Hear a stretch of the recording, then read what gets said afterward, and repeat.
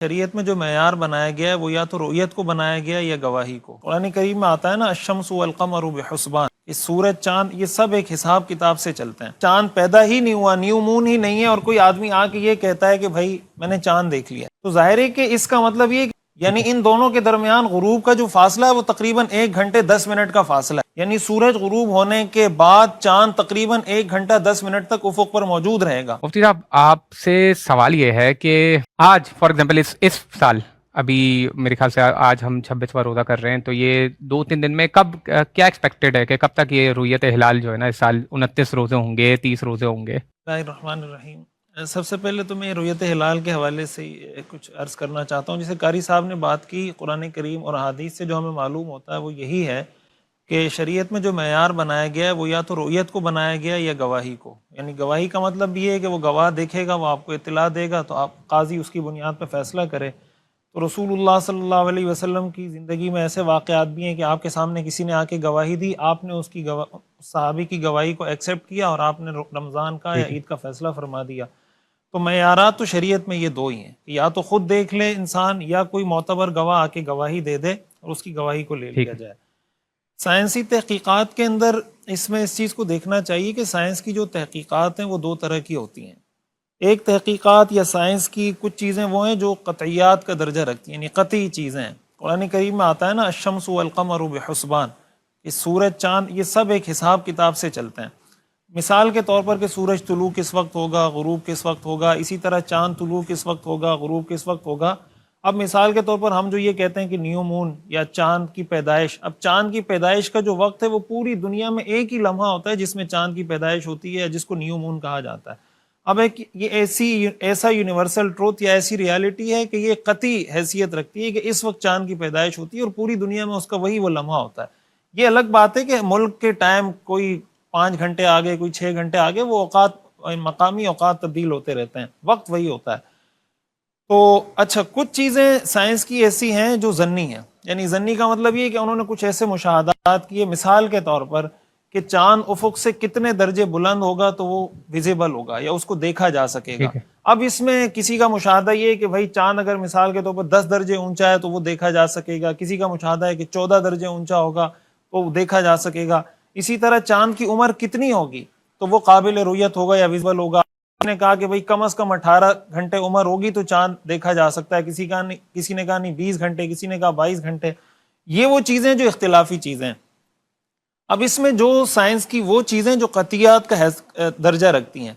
اب اگر کوئی گواہی اس کے منافی آتی ہے، مثال کے طور پر چاند کی پیدائش ہی نہیں ہوئی، ٹھیک ہے، یعنی چاند پیدا ہی نہیں ہوا، نیو مون ہی نہیں ہے، اور کوئی آدمی آ کے یہ کہتا ہے کہ بھائی میں نے چاند دیکھ لیا، تو ظاہر ہے کہ اس کا مطلب یہ کہ اس سے کوئی غلط فہمی ہو رہی ہے۔ اس کو وجہ اس کی کہ جب چاند کی پیدائش نہیں ہوئی تو اس کا مطلب یہ چیز ممکن ہی نہیں ہے، تو پھر اس سے سوالات کیے جائیں گے، اس کا جس کو کہتے ہیں نا تزکیہ کیا جائے گا، جر و تعدیل کی جائے گی، تو بھئی تم نے چاند کہاں دیکھا ہے، کتنے بجے دیکھا ہے؟ اس لیے کہ جب سورج غروب ہوتا ہے،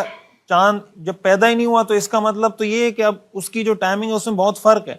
بعض اوقات یہ ہوتا ہے کہ چاند کی عمر بہت کم ہوتی ہے، مثال کے طور پر ابھی جو ہمارا 2025 کا جو عید کا چاند ہے، تو 28 رمضان کو اس کی سورج غروب ہونے کے وقت اس کی جو عمر ہے وہ تقریباً 3 گھنٹے ہے، یعنی سورج غروب ہوتے وقت چاند کی جو عمر ہے وہ 3 گھنٹے ہے، اور یہ دنیا کے کسی بھی معیار کے مطابق یہ چاند ویزیبل نہیں ہو سکتا، ٹھیک ہے، یعنی 28 کو جو چاند ہے۔ اچھا، یہ جیسے قاری صاحب نے بات کی نا کہ پھر بعض لوگ کہہ رہے ہوتے ہیں کہ یار چاند موٹا ہے، دوسری کا چاند ہے، حدیث میں اس سے منع کیا گیا۔ اس کے پیچھے ظاہر ہے کہ سائنسی وجوہات بھی دیکھیں تو اس حدیث کی مزید ہمیں اس پہ شرح صدر حاصل ہو جاتا ہے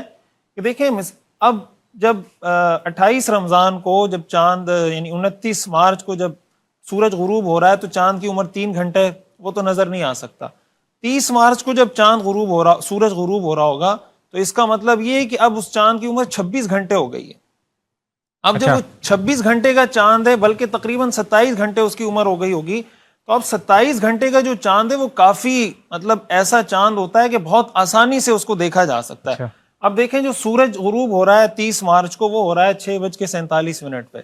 اور جو چاند غروب ہو رہا ہے وہ غروب ہو رہا ہے 7:57 پہ، یعنی ان دونوں کے درمیان غروب کا جو فاصلہ ہے وہ تقریباً 1 گھنٹے 10 منٹ کا فاصلہ ہے۔ یعنی سورج غروب ہونے کے بعد چاند تقریباً 1 گھنٹہ 10 منٹ تک افق پر موجود رہے گا.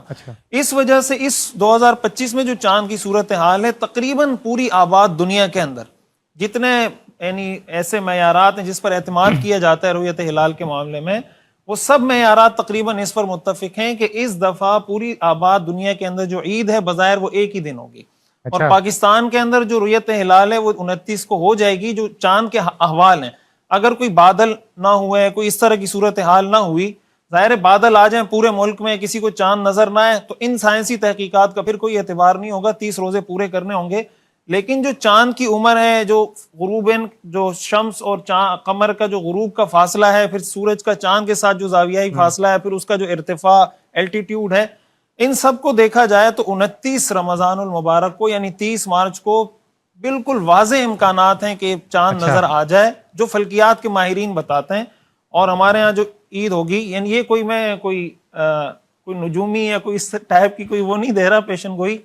جو فلکیات کی سائنسی معلومات ہیں اس پر بیس، جو میں نے بتایا نا کہ 31 مارچ کی یعنی 31 مارچ کی عید. اور بظاہر سوائے آسٹریلیا اور نیوزی لینڈ یہ جو علاقے ہیں، تو ان کے بارے میں نیوزی لینڈ میں تو بظاہر کوئی امکان نہیں ہے 30 مارچ کو چاند نظر آنے کا، اور آسٹریلیا کے کچھ علاقوں میں ہے، کچھ میں نہیں ہے. لیکن اس کے علاوہ تقریباً تمام آباد دنیا میں یہ معلوم ہوتا ہے. تو بظاہر یہ لگتا ہے کہ شاید اس دفعہ ساری دنیا میں مسلمانوں کی عید شاید ایک ہی تاریخ